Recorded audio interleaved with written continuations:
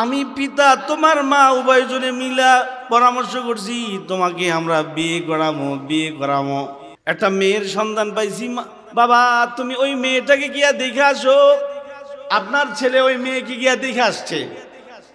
দেখতে মাশাআল্লাহ এক মেয়ে, যারে দেখে আসছি আমার পছন্দ হয়েছে মা, তাহলে এবার তুমি গিয়ে একটু দেখে আসো। তো ছেলের মা যিনি উনিও গিয়া দেখছে, দেখে তো মেয়ের মা একেবারে খুশি, কারণ মূল আড়ার মতো দবদবে সাদা, বুঝেন নেই? আর বর্তমান পৃথিবীতে সবাই সাদার পাগল, সুন্দরের পাগল, সুন্দর এইটার পাগল সবাই। কি ঠিক কইলাম না বে ঠিক কইলাম? সুন্দরের পাগল। ছেলের মায় গিয়া দেখছে, ছেলে দেখছে, উভয়জনই একেবারে সুর মিলায় বলতেছে হ্যাঁ মেয়ে আমাদের পছন্দ হইছে। তো মেয়ের বাবাই, ছেলের বাবা হইলো দাওয়াত ও তবলিগ করে, দিন ধর্ম পালন করে।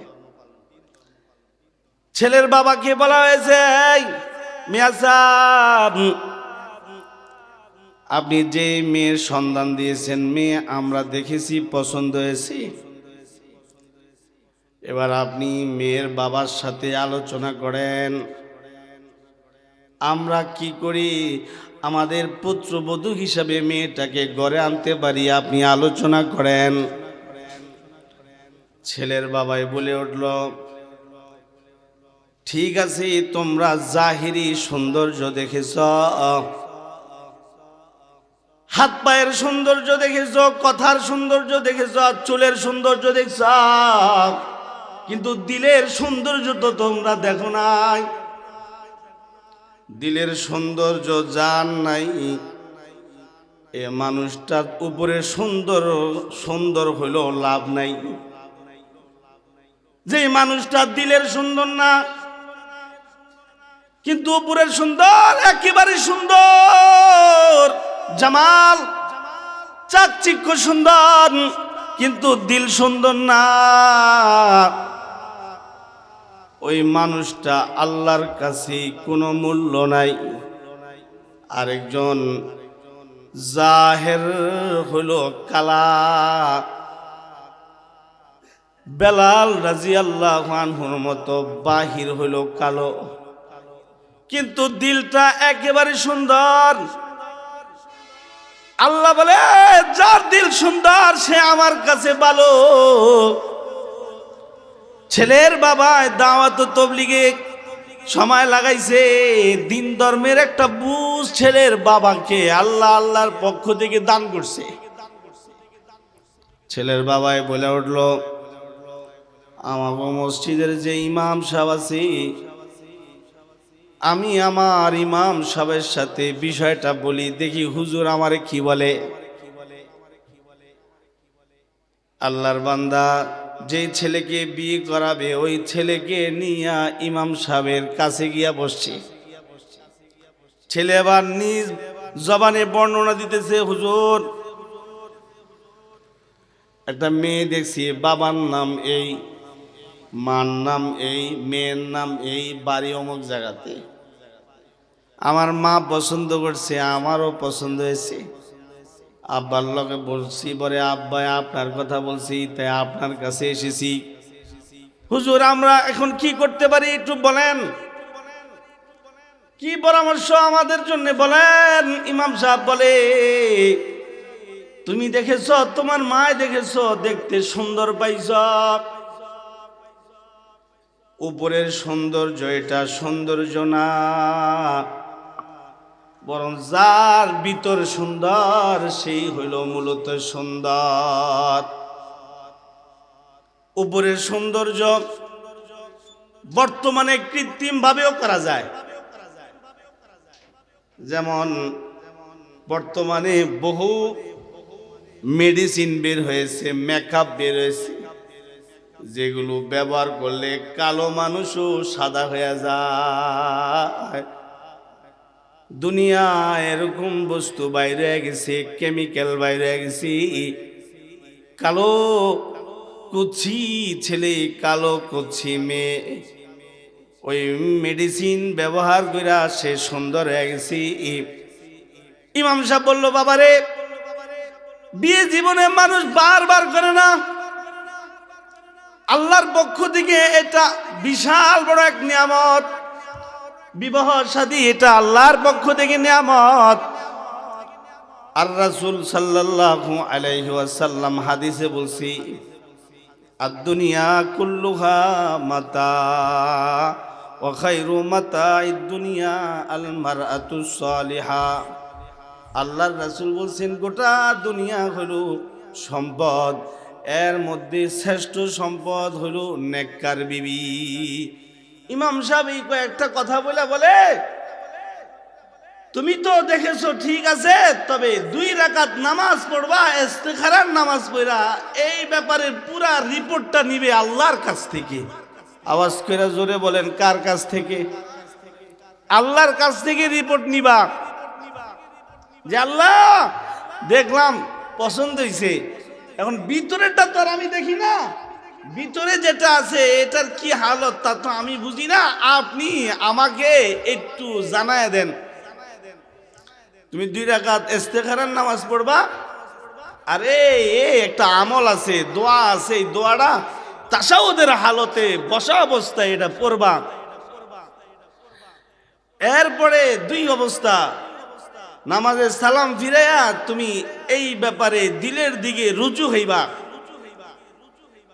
তোমার নফসকে তুমি জিজ্ঞাসা করবা, এই নফস, আমি কি সামনে বাড়মু নাকি এইটা ক্যান্সেল করে অন্য কোথাও গিয়া কাম করমু?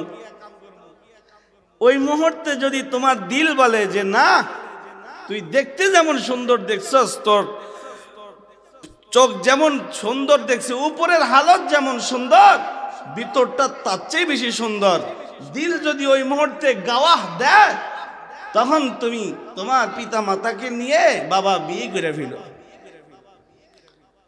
আর যদি তোমার দিল যদি বলে না, উপরের এই সৌন্দর্যতে তুমি তোমার ঘরে শান্তি পাবা না, তাহলে কিন্তু সাবধান, তুমি কিন্তু ভুলেও কিন্তু আর আগে বাড়বা না। এ হলো এক সূরত। দ্বিতীয় সূরত হলো তুমি ইস্তেখারার আমল কইরা তুমি ঘুমায় যাইবা, পবিত্র বিছনায় তুমি ডান কাঁধ হয়ে শুয়ে যাবা। যেহেতু তুমি ইস্তেখারার আমল করেছো, তোমাকে স্বপ্নে দেখানো হবে, তুমি যেই বিষয় জানতে চেয়েছো ওই বিষয়ে তোমাকে স্বপ্নে বুঝায় দেওয়া হবে যে ওই জিনিসটা তোমার জন্যে ভালো নাকি ওই জিনিসটা তোমার জন্যে খারাপ। ইস্তেখারা নামক থার্মোমিটারের মাধ্যমে ভালো মন্দ জানা যায়। সুবহানাল্লাহ, জোরে কন্ত। থাক, আর কষ্ট করা লাগবে না, আল্লাহ খুশি। ইস্তেখারার আমলের মাধ্যমে ভালো মন্দ জানা যায়। আমাদের একজন শিক্ষক, যিনি যার কাছে আমি মুসলিম শরীফ পড়ছি, অনেক বড় আলেম, ওনারা 8 ভাই, আমার ওই শিক্ষকরা 8 ভাই। 8 ভাইয়ের মধ্যে উনি নিজেই শুধু একা মাদ্রাসায় পড়ছে, তুখার আলেম, আর বাকি 7 ভাই সবগুলি সরকারি চাকরি করে। একজন সেনাবাহিনীর ব্রিগেডিয়ার, একজন কর্নেল, একজন মেজর, মানে বাংলাদেশের উচ্চ পদস্থ যে সমস্ত কর্মকর্তা আছে এর মধ্যে হুজুরের ভাই ব্রাদার। তো হুজুর একদিন আমাদেরকে ক্লাসে বলতেছে, এই তোরা তো বিয়ে করাস নাই, তাহলে আমার বিয়ের গল্প শুন। কি? আমি যখন বিয়ে করবো তা আমাকে নানান জনে মেয়ে দেখাইতেছে, তো নানান জনের মেয়ে দেখায়, আমি মেয়ে দেখি, দেখার পরে আমার যিনি হজরত, আমি যার কাছে পড়ছি, উনি বলেন ওনার একজন হজরত আছেন, উনি ডালকানগর হজরতের মুরিদ, আব্দুল মতিন বিন হুসাইন শাহ হুজুর, ওনার মুরিদ আমার হজরতে, আমি যার কাছে মুসলিম শরীফ পড়ছি। তো হুজুর ওনার হজরতের কাছে গেছে, যাওয়ার পরে হজরত বলছে, এই তুমি অনেকগুলো মেয়ে দেখছো, কোন মেয়ে তোমার কাছে ভালো লাগছে? কয়, হুজুর ওই মেয়েটা ভালো লাগছে। কয়, তাহলে এবার ওর ব্যাপারে ইস্তেখারা করো। এইভাবে ইস্তেখারা করো, ইস্তেখারার মাধ্যমে তুমি মূলত ভালো বিষয়টা আল্লাহর কাছ থেকে গ্রহণ করো। হুজুর বলে, আমি ইস্তেখারা করছি, ইস্তেখারা কইরা যখন আমি শুইছি, শোয়ার পরে আমি ঘুমের ঘরে স্বপ্ন দেখতেছি, যারে নিয়ে আমি বিয়ে করতে চাই সে আমার পাশে বসে আল্লাহর কোরআনের তেলাওয়াত করতেছে। তা আমি যখন এই স্বপ্ন দেখলাম, স্বপ্ন থেকে উঠা আমি আমার হযরতকে গিয়ে বললাম, হযরত আপনি বলছেন ইস্তেখারা করতে, আমি ইস্তেখারা করছি। ওই মেয়েটাকে আমি স্বপ্ন দেখেছি, সে আমার পাশে বসে বসে আল্লাহর কালামের তেলাওয়াত করতেছি। হযরত এখন আপনি বলে দেন, এটা আমার জন্য ভালো হবে না খারাপ হবে? কারণ স্বপ্নের ব্যাখ্যা কিন্তু আছে। আল্লামা ইবনে সিরিন রহমতুল্লাহি আলাইহি উনি শ্রেষ্ঠ স্বপ্নের ব্যাখ্যাকারী ছিলেন। বর্তমানে অনেক বড় বড় স্বপ্নের ব্যাখ্যাকার আছে, জীবিত আছে। আমাদের একজন বুজুর্গ ওস্তাদ ছিলেন হযরত, প্রতিদিন আমাদেরকে ক্লাসে গিয়ে বসতেন, বলতেন, আজকে কে কি স্বপ্ন দেখছস বল, আমি তোদের স্বপ্নের ব্যাখ্যা করি। এটা আল্লাহর রাসূল বলতেন, সাহাবীরা রে, এই যে গেল রাত্র গেল, কে কি স্বপ্ন দেখছো বলো আমার কাছে, আমি তোমাদের স্বপ্নের ব্যাখ্যা দেই। তো সাহাবায়ে কেরাম বলতেন, আল্লাহর নবী আমি এই বিষয় স্বপ্নে দেখেছি। রাসূল এই বিষয়ের স্বপ্নের ব্যাখ্যা দিতেন। হুজুর যখন তিনার শায়েখকে জানাইছেন, শায়েখ বলি, লোকমান, আমার হযরত যিনি আমি যার কাছে আমি মুসলিম শরীফ পড়েছি, উনি হলেন লোকমান কাসিমি। বলতেছে, লোকমান তুমি এই মেয়েটাকে বিয়ে করতে পারো, কারণ তুমি স্বপ্নে দেখেছো আল্লাহর বান্দি তোমার শিয়রের পাশে বসে বসে আল্লাহর কালাম তেলাওয়াত করতেছি। আমি আপনাদেরকে এই ওয়াকিয়াটা শোনানোর উদ্দেশ্য হলো, আপনি জায়গা জমিন কিনবেন, জায়গা কিনতে গিয়া সব রকমের যাচাই বাছাই করছেন, এরপরেও আপনি ক্লিয়ার হইতে পারতেছেন না। শরীয়ত বলে আপনি 2 রাকাত ইস্তেখারার নামাজ পড়া আপনি আল্লাহর কাছ থেকে ক্লিয়ার একটা ইশারা আপনি গ্রহণ করেন, সব রকমের কাগজপত্র আছে, এরপরেও আপনি ক্লিয়ার হন যে আল্লাহর পক্ষ থেকে আল্লাহ আপনার জন্য এই জায়গাটা আপনার জন্য মঙ্গল রাখছে কিনা, এটা আপনি 2 রাকাত নামাজের মাধ্যমে জানেন। অথবা একটা দোকান নিবেন, এই বিষয়টাও আপনি ইস্তেখারার মাধ্যমে জানতে পারেন। অথবা ওই যে ছেলে বিয়ে করাবেন, ওই সময়ও আপনি ইস্তেখারার মাধ্যমে ভালো মন্দ আপনি জানতে পারেন। কিন্তু মৃত্যু কখন কোথায় হবে, কি অবস্থায় হবে, এটা কি ইস্তেখারার মাধ্যমে জানা যাবে? কথা বল না, কিন্তু জানা যাবে না। এটাই বুঝাইতে চাইছি এখানে। মৃত্যু কার কখন কোথায় হবে আমরা কেউ জানি না, তবে মৃত্যু হবে, এতে কোনো সন্দেহ নাই। একদিন আপনার আমার সামনে আজরাইল চলে আসবি। আপনার আমার কবে কখন কোথায় কোন হালতে মৃত্যু হবে এটা জানার কোনো মাধ্যম নাই।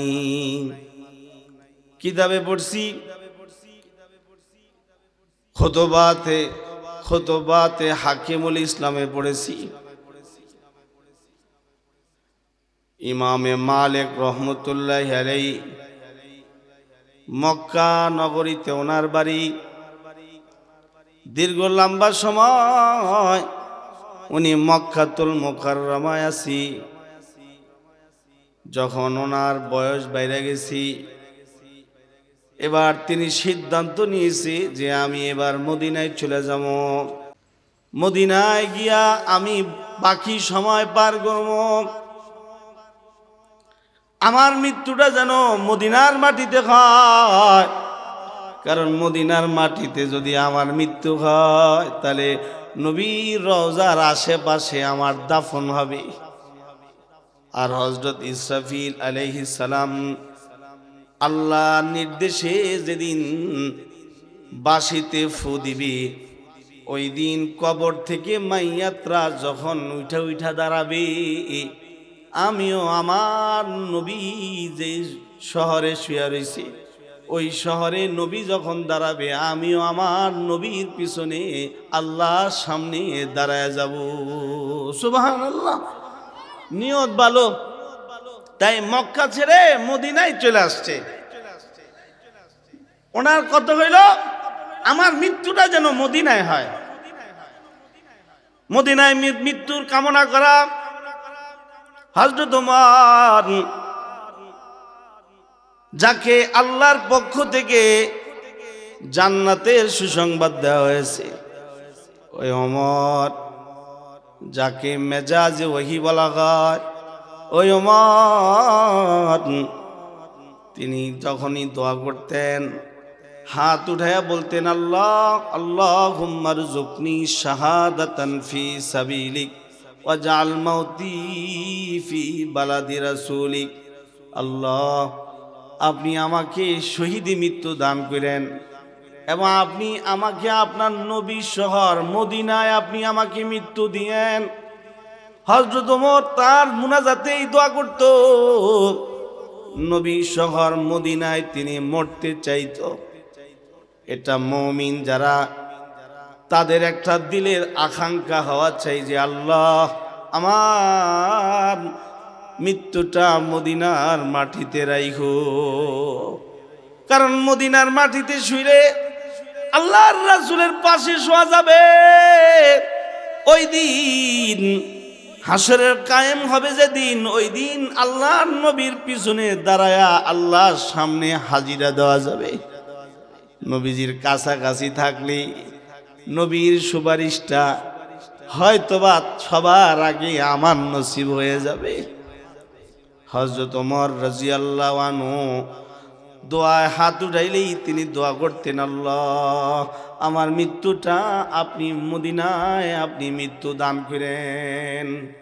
এই জন্য আমাদের বুজুর্গরা বলে, বকিয়ে মুকদ্দাস পে হো, बकी है मुकद्दस पे हो मेरी मरकन, हमेशा रहो मैं किनारे मदीना, हमेशा रहो मैं किनारे मदीना, रहे मेरे मस्कन, रहे मेरे मस्कन हवाली काबा, बने मेरे मदफन दियारे मदीना, बने मेरे मदफन दियारे मदीना।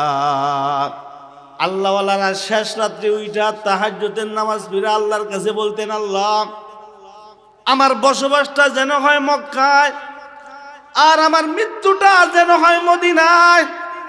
আমি মদিনায় মরতে চাই, মদিনার শহরে আমি মরতে চাই, কারণ এই শহরে আপনার নবী শুয়ে রয়েছে। আমি যদি এই শহরে শুয়ে পড়ি তাহলে নবীর কাছে আপনার পক্ষ থেকে যে সব রহমতগুলো আসতেছে তার একটা ভাগ আমার কবরেও যাবে। তাই আল্লাহর ওলিরা মদিনায় মরবার চাইতো। মদিনায় ইমামে মালিক রহমতুল্লাহ আলাইহি মক্কায় বাড়ি ছিল, মদিনায় চলে গেছে, ওখানে সে মরতে চায়। হজের মৌসুম চলে এসেছি, হজের মৌসুম আইসা বললে তিনি দেখি মদিনার মুমিনরা এহরামের কাপড় পরে পরে হজ করবার জন্য মক্কায় রওনা দিতেছে। উনি একজন আলেম, পাশাপাশি একজন আবেদ। একদিকে বড় আলেম, অন্যদিকে বড় আবেদ। ইলিম যেমন আমলও তেমন। এখন ওনার কথা হইলো, হায় রে, হজের মৌসুম চলে আসছে, মদিনা থেকে মানুষ দলে দলে হজ করবার জন্য মক্কায় যাচ্ছে, তাহলে আমিও একটু মক্কায় যাই, হজ করে আসি, হজ করে আবার মদিনায় চলে আসবো, যাতে আমার মৃত্যুটা মদিনাতুল মুনাওয়ারায় হয়।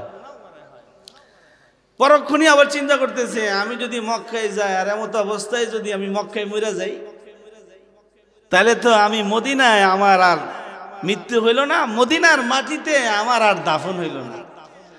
উনি অনেক চিন্তায় পড়ে গেছে যে কি করি, হজের সময় হজের আমলটা করবো না ছাড়মু।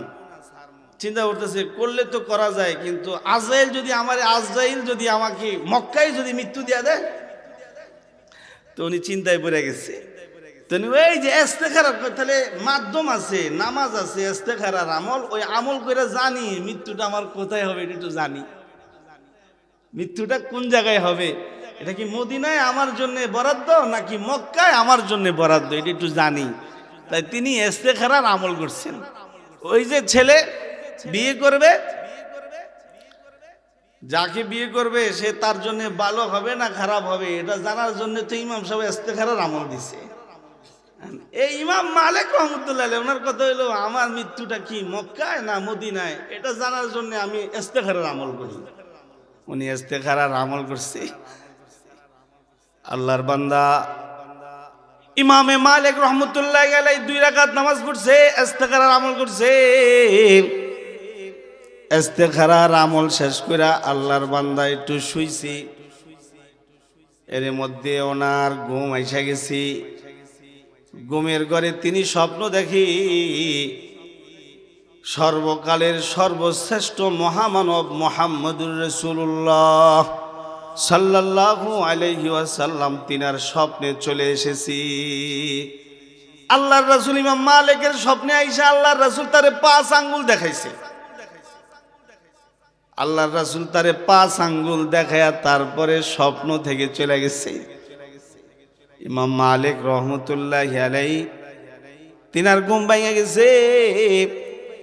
ঘুম থেকে জাগার পরে বলে, হায় হায়, সরকারে দো আলম নবীকে আমার স্বপ্নে দেখার সুযোগ হয়েছে।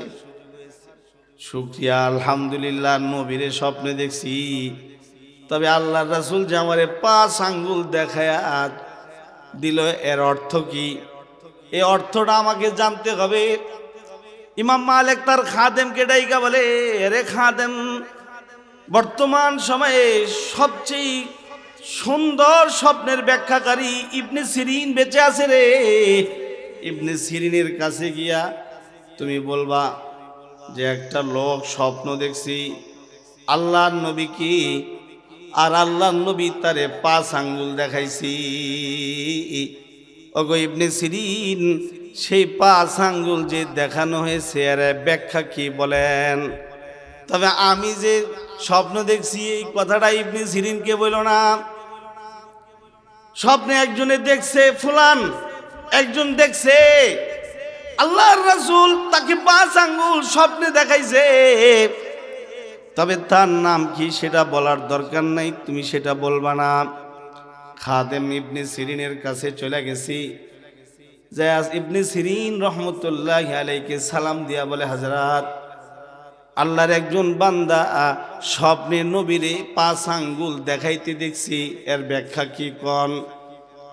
ইবনে সিরিন বলে, আগে বলো এই স্বপ্ন কে দেখছে তার নাম বলো। খাদেম বলে যে এই স্বপ্ন দেখেছে সে নাম বলতে নিষেধ করেছি। ইবনে সিরিন বলে, যদি সে নাম বলতে নিষেধ করে থাকে তাহলে আমিও স্বপ্নের ব্যাখ্যা করা নিষেধ করে দিলাম, আমিও স্বপ্নের ব্যাখ্যা করলাম না, আগে নাম বলো। এই কথা বলেই ইবনে সিরিন বলে, এরকম স্বপ্ন আমার জানা মতে বর্তমান জমানার ইমামে মালিক ছাড়া অন্য কেউ এই জাতীয় স্বপ্ন দেখবার যোগ্যতা রাখে না। সুবহানাল্লাহ। খাদেম হাসি দিয়া বলে, ঠিকই বলছেন, যার নাম কইছেন হ্যাঁ এই স্বপ্ন দেখছে, উনি আমারে পাঠাইছে আপনার কাছে, এখন ব্যাখ্যা করেন, ব্যাখ্যা কি?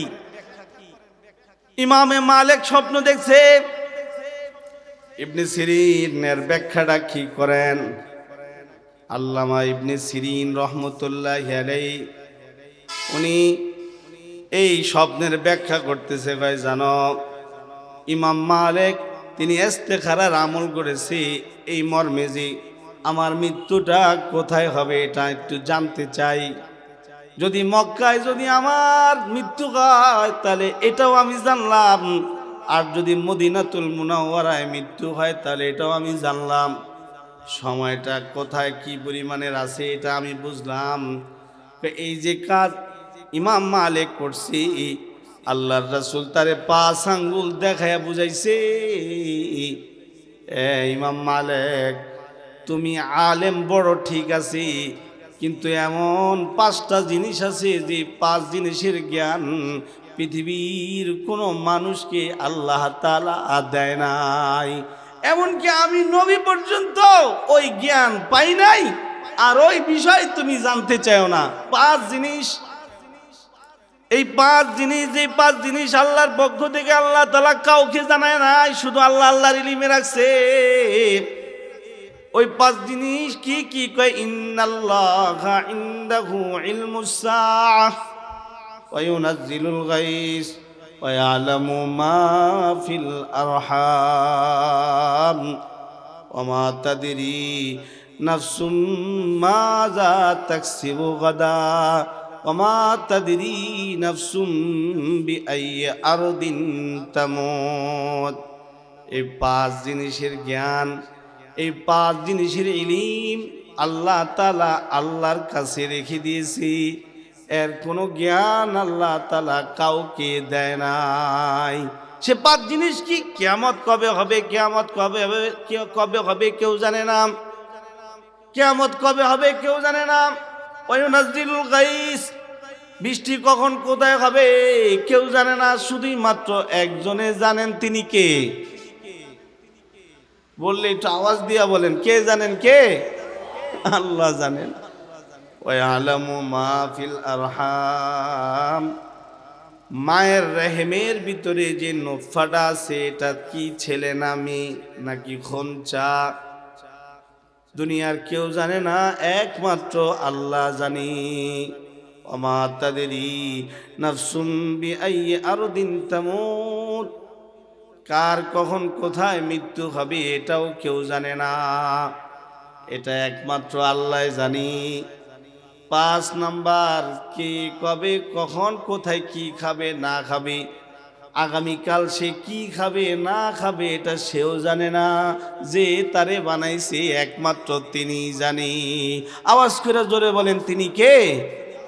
আরো জোরে বলেন তিনি কে? আল্লাহ। আমি ভূমিকা বলতে গিয়ে এই পর্যন্ত চলে এসেছি যে আমরা তো জানি না আমাদের হায়াত কবে কখন কোথায় শেষ হবে। তো হায়াত আল্লাহর পক্ষ থেকে আমাদেরকে দেওয়া হয়েছে এই জন্য যে এই হায়াতে গুনাহ মাফ করায়া আল্লাহকে খুশি করতে হবে। এই কথাটা বুঝাইবার জন্য এই পর্যন্ত বললাম। বিরক্ত হইতেছেন? আর একটু কথা বলবো নাকি শেষ করে দেব?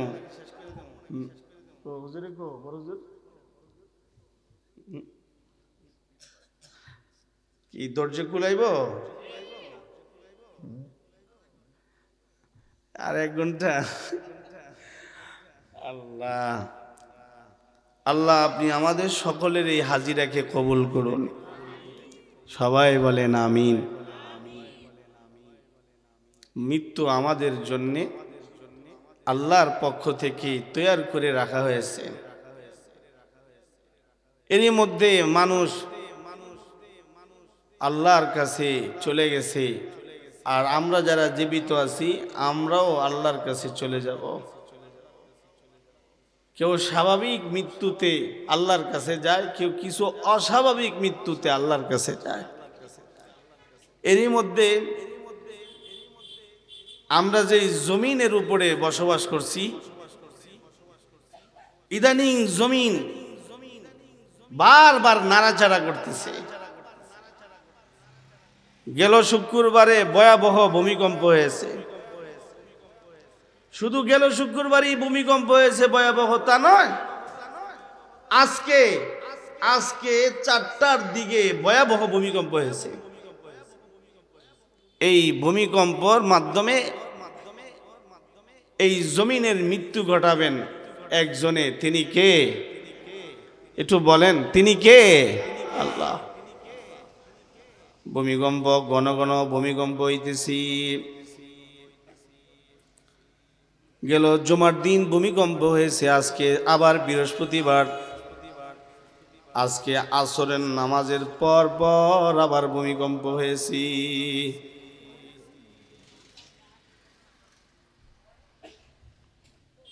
ভূমিকম্প আজকেও হয়েছে, এই বারবার ভূমিকম্প হচ্ছে। এর মানে আল্লাহর পক্ষ থেকে আমাদেরকে নির্দেশ দিয়ে বলা হচ্ছে, দেখো যেই দুনিয়া আমি সৃষ্টি করেছি, ওই দুনিয়া, এই দুনিয়ার দিকে আমি আমার রহমতের দৃষ্টি দিয়ে তাকাই না, আর তোমরা এই দুনিয়া নিয়ে একেবারে ব্যতিব্যস্ত হয়ে গেছো। আমাদের যা কিছু হচ্ছে সব খালি দুনিয়া কেন্দ্রিক, আমরা আখিরাতকে ভুলে গেছি। তাই আল্লাহ তাআলা এই জমিনের মধ্যে জালজালা সৃষ্টি করেন।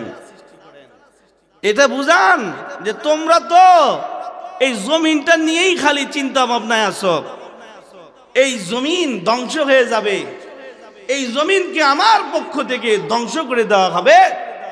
শুধুই মাত্র মুমিনদের দিল, মুমিন যারা, তাদেরকেই আমার পক্ষ থেকে পুরস্কার দেওয়া হবে। বাকি যারা আছে তারা দুনিয়ায়ও ক্ষতিগ্রস্ত হবে, আখিরাতেও ক্ষতিগ্রস্ত হবে। ঘন ঘন ভূমিকম্প হচ্ছে, ঘন ঘন ভূমিকম্প হচ্ছে। বাবা, ভূমিকম্প এটার মাধ্যমে আল্লাহ তাআলা আমাদেরকে সতর্ক করতেছি। ভূমিকম্প এটা আল্লাহর পক্ষ থেকে সতর্ক। আমরা যে যাই কিছু করতেছি এগুলো নিয়ে একটু চিন্তা করা দরকার। আমি যা কিছু করতেছি এই সব কিছুর মাধ্যমে আল্লাহ সন্তুষ্ট আছে কিনা? যদি আল্লাহ সন্তুষ্ট না থাকে তাহলে আল্লাহকে সন্তুষ্ট করবার জন্য ফিকির করা। কারণ ভয়াবহ ভূমিকম্প, এই ভয়াবহ ভূমিকম্পের মাধ্যমে জমিনকে আল্লাহ তাআলা মৃত্যু দিবে। আর আমাদের সকলের মেহনত হইতেছে জমিনকে কেন্দ্র করে, খালি জমিনের ফিকির। এই জমিনের উপরে কেমন করে আমরা বিশাল বড় বড় ইমারত বানাইতে পারি, এই জমিন কিনা রাখলে আবার কয়েক বছর পরে বিক্রি করলে কত বেশি লাভ করতে পারি। আমাদের সব কেন্দ্রবিন্দু হয়ে গেছে জমিন।